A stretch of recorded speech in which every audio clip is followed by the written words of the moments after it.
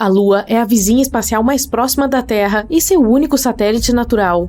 Provavelmente se formou quando um enorme objeto do tamanho de Marte bateu em nosso planeta há bilhões de anos.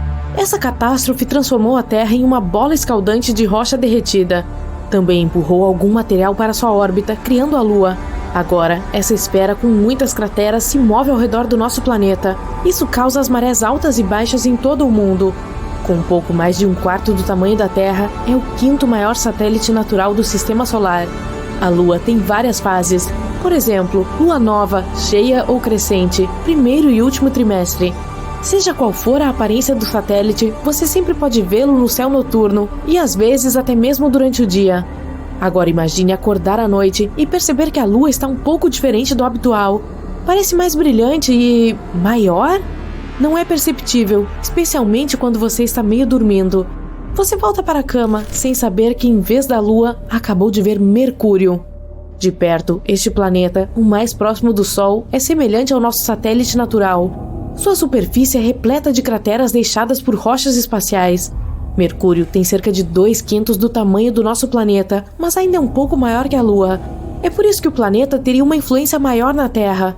As noites se tornariam mais brilhantes, as marés altas se tornariam mais altas, e as marés baixas, o que você acha? Mais baixas? Sim. O ciclo lunar, esse é o tempo que a Lua, ou melhor, Mercúrio agora, precisa para passar por todas as fases. Se tornaria 14 horas mais curto. Mas em suma, essa substituição não teria consequências drásticas para o nosso planeta. E quanto a Vênus? E se em vez do satélite familiar, nós colocássemos no lugar o objeto natural mais brilhante depois do Sol e da Lua? Muitas vezes é chamado de planeta irmão da Terra, porque sua massa e tamanho são quase os mesmos. Vênus teria o mesmo tamanho em nosso céu que a Terra teve para os astronautas da Apollo quando olharam para ela da superfície da Lua. A estrela da manhã seria muito mais brilhante que a Lua. Por um lado, o planeta reflete 6 vezes mais luz solar. Além disso, ocuparia uma área pelo menos 16 vezes maior. É por isso que as noites na Terra seriam tão brilhantes quanto o crepúsculo atual. Se você olhasse para Vênus, veria vagos padrões de redemoinho na cobertura de nuvens branco-amarelada do planeta. Vênus não se tornaria o satélite da Terra. Os dois planetas provavelmente orbitariam em torno de seu centro de massa comum, e essa órbita seria bastante excêntrica, como eu. Mas se Vênus se movesse com a mesma velocidade que a Lua tem agora, os dois planetas colidiriam um com o outro em um futuro próximo. Ok, vamos fazer mais um troca-troca. Se Marte estivesse lá em cima no céu em vez da Lua, você certamente notaria. Mesmo sem um telescópio, você seria capaz de se maravilhar com sua cor incomum e manchas escuras em sua superfície. E mesmo que você não visse o planeta vermelho, ainda sentiria algo incomum. Marte tem metade do tamanho da Terra, mas é várias vezes maior que a Lua. Substituir um corpo espacial menor por um muito maior perturbaria o delicado equilíbrio em nosso planeta. Se você tivesse o azar de estar à beira-mar quando Marte tomasse o lugar da Lua, teria que evacuar o mais rápido possível. Ondas enormes se formariam nos oceanos sob influência marciana. Elas cairiam contra a costa na forma dos maiores tsunamis. Marte refletiria mais luz solar do que a Lua. As noites seriam mais iluminadas. As paisagens terrestres teriam uma tonalidade vermelha misteriosa. E você seria capaz de admirar a montanha mais alta do Sistema Solar, o Monte Olimpo, através de um telescópio. Marte não é grande o suficiente para mudar drasticamente a órbita da Terra, mas com o tempo, os dois planetas provavelmente começariam a orbitar um ao outro, criando um sistema planetário binário. E como Marte estaria literalmente ao lado, as viagens a este planeta se tornariam uma realidade. Ok, agora vamos pensar realmente grande. E se Júpiter substituísse a Lua? A Terra como um planeta independente não existiria mais. Ela se transformaria instantaneamente em outra lua do maior planeta do Sistema Solar. A única coisa positiva nessa transformação? As pessoas teriam uma vista incrível do céu. Júpiter é dezenas de vezes maior que a Lua. Uma esfera gigantesca e lindamente listrada cobriria quase todo o horizonte. Se você tivesse tempo para curtir o show, veria nuvens amarelas, marrons, vermelhas e brancas flutuando na atmosfera de Júpiter. Infelizmente, a atração gravitacional do gigante gasoso causaria instantaneamente terremotos severos, erupções vulcânicas e tsunamis. O manto e a crosta da Terra seriam atraídos em direção a Júpiter, o que separaria o planeta. Ele seria esticado e comprimido com tanta força que sua superfície ficaria alterando de forma mais de 90 metros para frente e para trás. Infelizmente, a velocidade da Terra é de apenas 10% da velocidade necessária para permanecermos na órbita de Júpiter. É por isso que o nosso planeta lento colidiria com o gigante gasoso em menos de um dia. Bom, isso parece desagradável, então não vamos fazer isso. Agora, e se Saturno substituísse a Lua, seria uma vista linda. O planeta tem mais de 35 vezes o tamanho do nosso satélite. Isso significa que o globo dourado gigante cobriria 18 graus do céu, e seus anéis se estenderiam ainda mais, de ponta a ponta no horizonte. A Terra ficaria um pouco mais longe do gigante gasoso do que sua própria lua Dione. E como Saturno é muito mais poderoso do que o nosso planeta, a Terra se transformaria em seu satélite, e não o contrário. Infelizmente, a velocidade de rotação da Terra não seria suficiente para acompanhar, e provavelmente colidiríamos com o outro planeta em 1 ou 2 dias. Mas antes de queimar na atmosfera de Saturno, teríamos que passar por seus magníficos anéis. Eles são feitos de pedaços de cometas, asteroides e luas quebradas. Não seria uma façanha fácil passar por esses detritos espaciais. Além disso, nosso planeta teria que evitar as luas de Saturno, todas as 53. E se a colisão não acontecesse e a Terra se transformasse na 54ª lua de Saturno? Então, a atração gravitacional do gigante gasoso levaria a enormes mudanças tectônicas em todo o planeta. Elas rasgariam a crosta do planeta até que não houvesse mais nada. Também não é nada bom. Urano e Netuno são gigantes de gelo. Esses planetas são do mesmo tamanho, maiores que a Terra, mas menores que Saturno e Júpiter. Ambos têm interiores gelados, atmosferas profundas e cores semelhantes, um verde azulado muito bonito. Se qualquer um desses planetas substituísse a Lua, as consequências seriam as mesmas. Então, vamos jogar uma moeda. Ok, seria Netuno que você veria no céu um dia. Netuno é 14 vezes maior que a Lua. O planeta pareceria um balão de ar quente azul brilhante no céu, não apenas à noite, mas durante o dia também. Iria parecer ser 15 vezes maior que o Sol. Se todo o resto permanecesse o mesmo, poderia parecer como se um eclipse solar durasse muito tempo. Uma vez que o Sol desaparecesse atrás da borda de Netuno, nosso planeta ficaria mergulhado na escuridão completa por nada menos que 1h30. Netuno tem 17 vezes a massa da Terra e sua atração gravitacional é muito mais forte. É por isso que nosso planeta acabaria como um satélite. Sim, novamente. Ele orbitaria Netuno um pouco mais longe do que sua própria lua maior, Tritão. Por sinal, haveria um grande risco de a Terra colidir com este corpo espacial. Vamos supor que tivemos a sorte de não cruzar com os satélites de Netuno. Mesmo assim, haveria problemas mais do que suficientes em nossas mãos. As marés em nosso planeta se tornariam 1000 vezes mais poderosas do que as causadas pela Lua. A força gravitacional de Netuno não separaria a Terra, mas aqueceria o nosso planeta. A atividade sísmica aumentaria, desencadeando terremotos e erupções vulcânicas, e provavelmente afetaria a internet também. Você está em um avião indo para uma importante convenção de astronomia, quando vê uma coisa enorme pela sua janela cobrindo todo o sol. Aí, cospe todo o café e todos na aeronave ficam olhando para fora em estado de choque. Você então percebe que a coisa tem anéis como os de Saturno. O voo deveria ir para o Japão, mas é forçado a pousar na Califórnia. Assim que pousa, você olha para o céu e vê algumas estruturas parecidas com planetas gigantes flutuando pelo céu. Todo mundo está tirando fotos e tentando descobrir o que está acontecendo. De repente, percebe-se uma enorme bola de fogo caindo perto do aeroporto. Todos lutam para ficar em segurança. E felizmente, aquilo acaba indo parar no meio da pista sem ninguém por perto. A má notícia é que não há mais pista para pousos e decolagens. Todos se amontoam para ficar em segurança e mais objetos grandes aparecem no céu. Todas as comunicações pararam ou foram interrompidas, uma vez que esses grandes corpos destruíram todos os satélites. Alguns cientistas nas proximidades dizem que são os planetas do Sistema Solar ficando na mesma proximidade da nossa Lua. Mercúrio e Vênus parecem luas, mas Saturno está ocupando muito espaço no céu. Você diz para os cientistas que é um astrônomo. Eles o convidam para acompanhá-los em uma viagem até a Antártica para a estação de observação no Polo Sul. Todas as mentes são necessárias para ajudar a resolver esse mistério. Você entra em um navio com as coordenadas programadas para ir para o continente gelado. As ondas são extremamente fortes para um típico dia claro e de tempo bom. Depois de alguns dias, finalmente chega à costa do continente e tem que subir em uma moto de neve para percorrer todo o caminho até a estação Polo Sul Amundsen Scott. Aqui, junto com um grupo de cientistas, será possível descobrir o que está acontecendo. Você não estava preparado para as temperaturas congelantes, embora seja julho.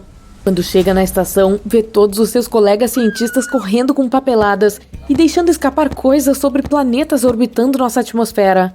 Na sala de reuniões, a cientista-chefe explica o que está acontecendo. Um por um, os planetas estão se aproximando de nós até que estejam alinhados com a Lua. Mas ninguém ainda sabe por quê e como. Vênus chegou primeiro, e agora Saturno está chegando. A Lua está a cerca de 385 mil quilômetros de distância da Terra e afeta as marés dos oceanos e mares com sua atração gravitacional. Como a água é menos densa que a Terra, podemos ver a mudança das marés. Portanto, as altas ocorrem quando o nosso planeta é puxado em direção à Lua. E como os outros estão se aproximando, a atração gravitacional está mudando drasticamente. Em algumas horas, Saturno estará na mesma distância que a Lua. Você se dirige ao grande telescópio e observa os planetas. Qualquer avião ou helicóptero não voará como deveria e não terá a tecnologia de radar adequada como suporte. Você continua observando e percebe Marte se aproximando da Terra. E recebe notícias de que maremotos estão ocorrendo com muita frequência agora e que algumas nações em ilhas estão sendo devastadas. Ainda bem que elas foram evacuadas antes. Marte se aproxima, assim como Netuno. E é possível sentir a gravidade na Terra flutuar a cada passo que dá. Você relata suas descobertas para a cientista líder, e a única maneira de sobreviver é construir rapidamente bunkers distantes dos oceanos e mares que possam abrigar muita gente antes que os outros planetas cheguem perto. Uma equipe de engenheiros vem rápido e começa a trabalhar. Montes e montes de sobreviventes chegam e se acomodam nessas estruturas construídas praticamente da noite para o dia. A cada hora, mais planetas se aproximam. Marte e Netuno já se alocaram, assim como Mercúrio, Vênus e Saturno. Plutão e Urano agora são visíveis a olho nu e estão vindo em direção à Terra. A atração gravitacional está ficando completamente fora de controle. A neve no deserto da Antártica fica flutuando por vários segundos sempre que alguém caminha sobre ela. Você consegue pular muito mais alto. Agora é de noite, mas o céu não está tão escuro como de costume. Os planetas estão refletindo muito mais luz do Sol do que a nossa Lua. Ela quase não está visível agora. Observando mais, dá para ver cometas e meteoritos voando muito perto da nossa atmosfera. Alguns até estão caindo em Marte e Netuno. Todos conseguem ver isso daqui da Terra. Outros detritos espaciais também rumam para a nossa atmosfera. Mas há algo estranho. Os planetas orbitam Saturno. Você verifica seus cálculos e descobre que as posições dos planetas agora estão alinhadas com a órbita de Saturno. Isso porque ele tem a maior massa entre todos do Sistema Solar. Os anéis de Saturno são feitos de partículas de gelo, algumas do tamanho de um ônibus e outras minúsculas como seixos. Mas elas estão todas se chocando e interferindo com os outros planetas. Ninguém consegue sentir a mudança na órbita no início, mas depois você pode começar a perceber. Com isso, terremotos e vulcões estão prestes a acontecer. É por isso que todos, incluindo você, estão fazendo as malas e prontos para fugir. A Antártica tem dezenas de vulcões escondidos sob o gelo. Alguns são subterrâneos, enquanto outros estão bem no topo. A atração gravitacional de Saturno é muito mais forte do que a da Terra na Lua. Isso fará com que o núcleo interno terrestre reaja muito mais e dê início a esses terremotos e erupções vulcânicas. Todo mundo faz as malas muito rapidamente e se dirige aos helicópteros para voar para a África do Sul. Esses veículos foram projetados para fazer o percurso direto sem a necessidade de radares para guiá-los. Você chega ao país africano, que está praticamente coberto de água. O helicóptero o leva para mais perto do centro. E então você viaja para o deserto do Saara. A superfície plana sem nada ao redor será a melhor opção de segurança. Mas quando olha para o céu, vê outro planeta se aproximando. É Júpiter, o maior do nosso sistema solar. Se a Terra fosse do tamanho de uma uva, Júpiter seria do tamanho de uma bola de basquete. E ele está vindo rapidamente. Muitos dos outros planetas abrem caminho automaticamente para o gigante, incluindo Saturno. Você está na estrada em direção ao Saara, embora demore dias para chegar lá de carro. O céu fica escuro durante o dia, pois a maioria dos planetas está bloqueando o Sol. Para sua surpresa, ao finalmente chegar ao deserto do Saara com outros cientistas, vê que uma cidade inteira foi erguida em apenas um mês, desde o momento em que os planetas começaram a aparecer. Então, se instala em seu dormitório, mas ainda há muito trabalho a fazer. Alguns dias depois, Júpiter rompe a atmosfera e nos encobre completamente. Mas a Terra agora está girando em torno dele, E é muito mais rápido do que orbitar o Sol, já que Júpiter é menor. Porém, como Saturno também é grande, a Terra continua sendo jogada de uma órbita para outra, como duas pessoas jogando bola uma com a outra. Com isso, quem está aqui experimenta diferentes impulsos gravitacionais de tempos em tempos. As ondas continuam ficando mais fortes e os vulcões estão entrando em erupção por toda parte. Como o núcleo terrestre está ficando mais quente, a temperatura no planeta também está mudando. E com a falta de luz solar na maior parte do tempo, grande parte da vida das plantas está tendo dificuldade para se manter em pé. As plantações são mais difíceis de cultivar com luz solar natural, então as pessoas estão recorrendo à iluminação artificial e estufas. As viagens aéreas e espaciais são impossíveis. A Estação Espacial Internacional está completamente arruinada, junto com os satélites que orbitam o espaço. É por isso que os telefones celulares e a internet não funcionam. A gravidade está ainda mais disfuncional do que nunca. 6 meses depois, a humanidade encontrou uma maneira de lidar com o novo normal. Mas as coisas estão sendo atualizadas constantemente. O número de horas em um dia mudou, assim como os dias que compõem uma semana. Isso costumava ser medido com as fases da Lua. Um mês costumava ser a Lua passando por todas as fases, de minguante a cheia. Mas a da Terra desapareceu com os planetas desorganizados e desordenados. Existe água naquela lua! Sim, é sério! Mas claro que você sabia disso, né? No entanto, a NASA não tinha conhecimento do fato quando os astronautas da Apollo foram para lá, há mais de 50 anos. Eles trouxeram 380 quilos de rochas lunares em sacos hermeticamente fechados. Quando viu que alguns desses sacos continham água, a Agência Espacial Americana pensou que eles haviam sido contaminados ao pousar no oceano. Mas era água da Lua. Porém, a NASA nunca fez a conexão de que fosse das rochas lunares. Porque, a princípio, ela não existe lá, né? Hoje sabemos que isso está errado, que há definitivamente água na Lua. No entanto, quem descobriu isso ainda é uma questão um pouco confusa. A Índia afirma que seu orbitador lunar, Chandrayaan-1, achou o líquido no solo da Lua, ou regolito, que é o termo geológico, durante sua missão de 2008 e 2009. Essa afirmação é contestada.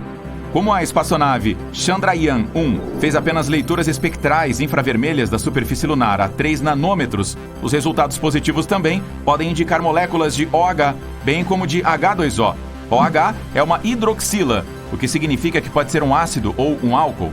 A Índia enviou a Chandrayaan-2 para a Lua em julho de 2019 para confirmar as descobertas anteriores e encontrou H2O ao fazer leituras espectrais infravermelhas a 6 nanômetros. Mas o Observatório SOFIA, da NASA, afirma ter encontrado água na Lua em agosto de 2018. O SOFIA, sigla para Observatório Estratosférico de Astronomia Infravermelha, voava a 13.700 km a bordo de um Boeing 747 SP modificado. Fez leituras espectrais de 6 nanômetros da superfície lunar e encontrou sinais claros do líquido em agosto de 2018. No entanto, há uma disputa sobre isso também. As leituras do SOFIA não eram consistentes com as variações de temperatura na Lua. O que está acontecendo? Está lá e então não está? Claramente, uma medição efetiva da temperatura no regolito lunar é necessária para determinar se e quando a água está presente à luz do Sol do nosso satélite natural. Portanto, o reconhecimento pela descoberta definitiva de água nas rochas e solo lunar deve ser dado ao astromóvel Chang'e 5 da China, que trabalhou no lado próximo da Lua em 2020. A pergunta agora é: quanta água há nos detritos e rochas da Lua?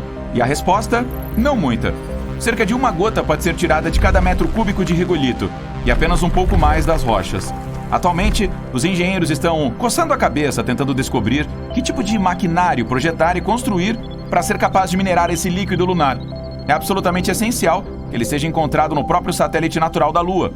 A água é muito pesada para levar em grandes quantidades para lá, com o objetivo de suprir a atividade humana, como a construção planejada de uma base ali. Sem abastecimento hídrico, a presença humana a longo prazo na Lua é definitivamente um impeditivo. Felizmente, acredita-se que a água exista mais abundantemente em outro local, no Polo Sul lunar. Em 2010, o radar da NASA mapeou as regiões polares dali. Esse tipo de mapeamento depende do retorno, ou sinal refletivo, das ondas de radar. O retorno é diferente quando atinge terra, água ou gelo. Assim como você, com os olhos fechados, que sabe dizer se alguém está batendo em metal, madeira ou plástico, as ondas sonoras têm seu próprio padrão distinto, da mesma forma que o radar. A quantidade de tempo que leva para receber o sinal de retorno cria um desenho da topografia da superfície. Montanhas, vales e cumes podem ser rastreados com precisão, criando um mapa detalhado. Ao passar sobre as crateras no Polo Sul lunar, o reflexo do alcance do radar retornou com um sinal que indicava gelo dentro das crateras. Esta foi uma grande notícia e uma descoberta emocionante. Uma qualidade peculiar das crateras no Polo Sul da Lua é que o Sol nunca brilha nelas. O ângulo da luz solar simplesmente cruza horizontalmente sobre o topo delas, sem entrar. A localização polar única cria uma situação em que as bordas superiores das crateras polares estão sempre expostas à luz solar, mas a parte inferior delas nunca as recebe. O gelo que fica no fundo nunca derreterá.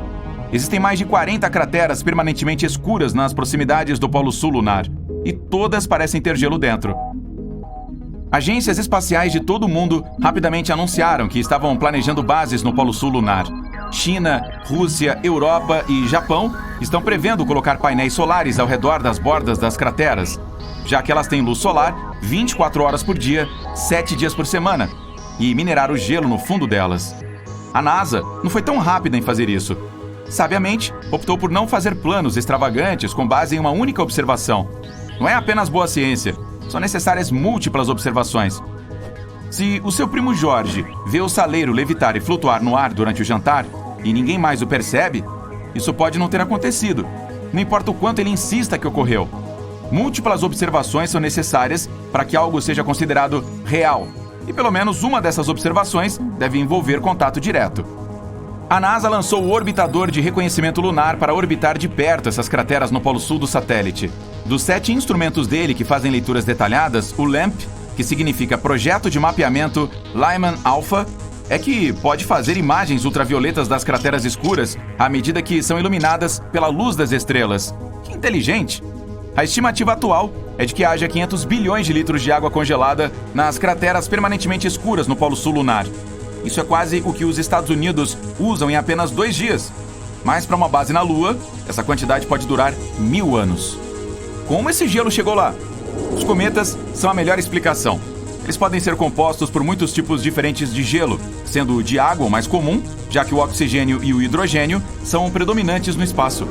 Quando um cometa colide com o Polo Sul lunar e cria uma cratera, o gelo fica preso lá e nunca derrete nem evapora, pois fica compactado na superfície do nosso satélite natural. As leituras de radar indicaram gelo cerca de 20 metros abaixo do solo dessas crateras escuras. O Polo Sul lunar vai ficar muito povoado quando todos esses países começarem a executar seus planos para explorar a luz solar perpétua nas bordas das crateras e o gelo nas suas profundezas escuras. O Polo Sul da Lua está rapidamente se tornando o imóvel mais valioso e cobiçado fora de Hamptons, em Long Island, Nova York. Mas a NASA ainda não teve sua própria constatação final direta do gelo de água no Polo Sul lunar. Até tentou, e ainda está tentando. A espaçonave L-Cross disparou um projétil pesado na cratera escura Cabeus. A ideia era criar uma nuvem de gás a partir do impacto que subiria acima da borda e uma espaçonave voaria na sequência através dessa nuvem e faria medições diretas dela. Esta seria a prova física de água nas crateras polares que a NASA estava procurando.